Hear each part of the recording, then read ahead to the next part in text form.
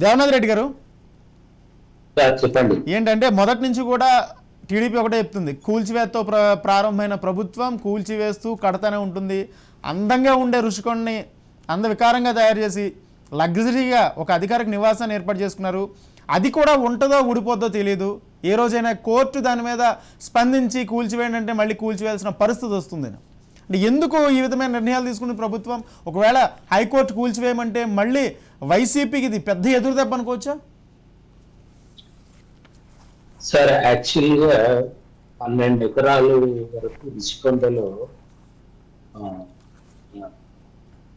Permissions ఇచ్చారండి. యాక్చువల్గా ఏంటంటే మన పర్యాటక అభివృద్ధి గురించి 12 ఎకరాల వరకు మీరు కట్టుకోవచ్చు అని ఇంతకుముందు ఆర్డర్స్ ఉన్నాయి.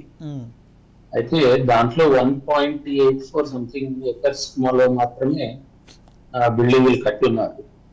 ఓకే. అయితే మొత్తం ఉన్న ఏరియాలో కూడా కట్టట్లేదు. అయితే 1.84 ఎకర్స్ లోనే ఇప్పుడు ప్రాబ్లీ సిఎంస్ క్యాంప్ ఆఫీస్ ఇది కడుతున్నారు. ఎన్జిటిలో కూడా వాళ్ళు ఏం చెప్తున్నారంటే యాక్చువల్గా వాటెవర్ ఇప్పుడు పర్యావరణ పరిమితులకి అన్నిటికీ అనుమతులు లోబడి 12 ఎకరాల్లో పర్మిషన్ ఇచ్చారు.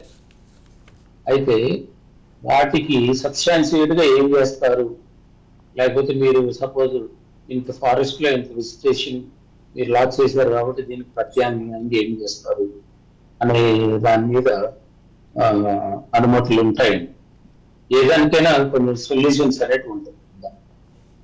సో దీంట్లో కూడా సపోజ్ సమ్ 10,000 ప్లాంట్స్ రిమూవ్డ్ అని ఆ 10,000 ని రీలొకేట్ చేయడమా, లేకపోతే దానికి సబ్స్టాన్షియేట్ గా ఫర్దర్ గా ప్లాంటేషన్ చేయడమా అనేది ఉంటదండి. ఇప్పుడు ఇప్పుడేంటి పర్యాటక రంగానికి అభివృద్ధి చేసినంత మాత్రం దాంట్లో 1.84 ఎకర్స్ ఒక చీఫ్ మినిస్టర్ గా ఒక క్యాంప్ ఆఫీస్ లో పెట్టుకోవడంలో తప్పేం లేదని అనుకుంటానండి నేను.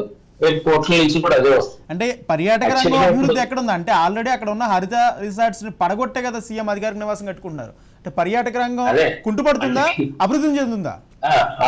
ఆల్రెడీ 12 ఎకరాల్లో ఉందండి. రిసార్ట్స్ ఉన్నాయంటే ఆల్రెడీ అనుమతులు ఇచ్చినట్లు.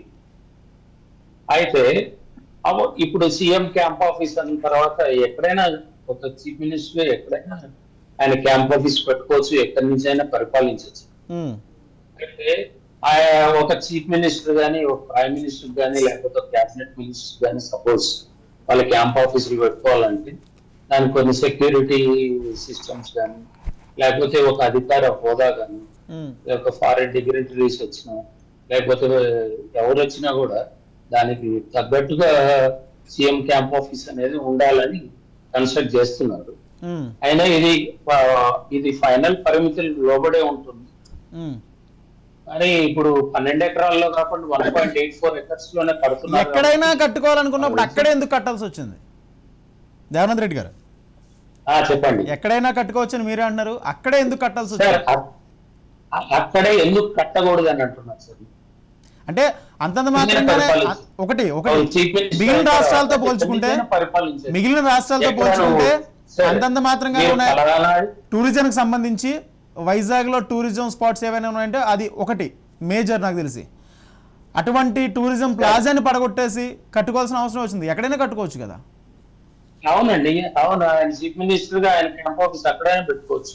అరే అది గవర్నమెంట్ బిల్డింగే కదా, ఇట్స్ నాట్ ప్రైవేట్ ప్రాపర్టీ. లేకపోతే జగన్మోహన్ రెడ్డి రేపు పొద్దున దిగిపోయినా కూడా నెక్స్ట్ వచ్చే చీఫ్ మినిస్టర్ ఎవరు వచ్చినా కూడా వాళ్ళ క్యాంప్ ఆఫీస్ గానే ఉంటది, గవర్నమెంట్ ప్రాపర్టీ గానే ఉంటుంది. కానీ ఆయన సొంత ఆస్తి అయితే కాదు కదా.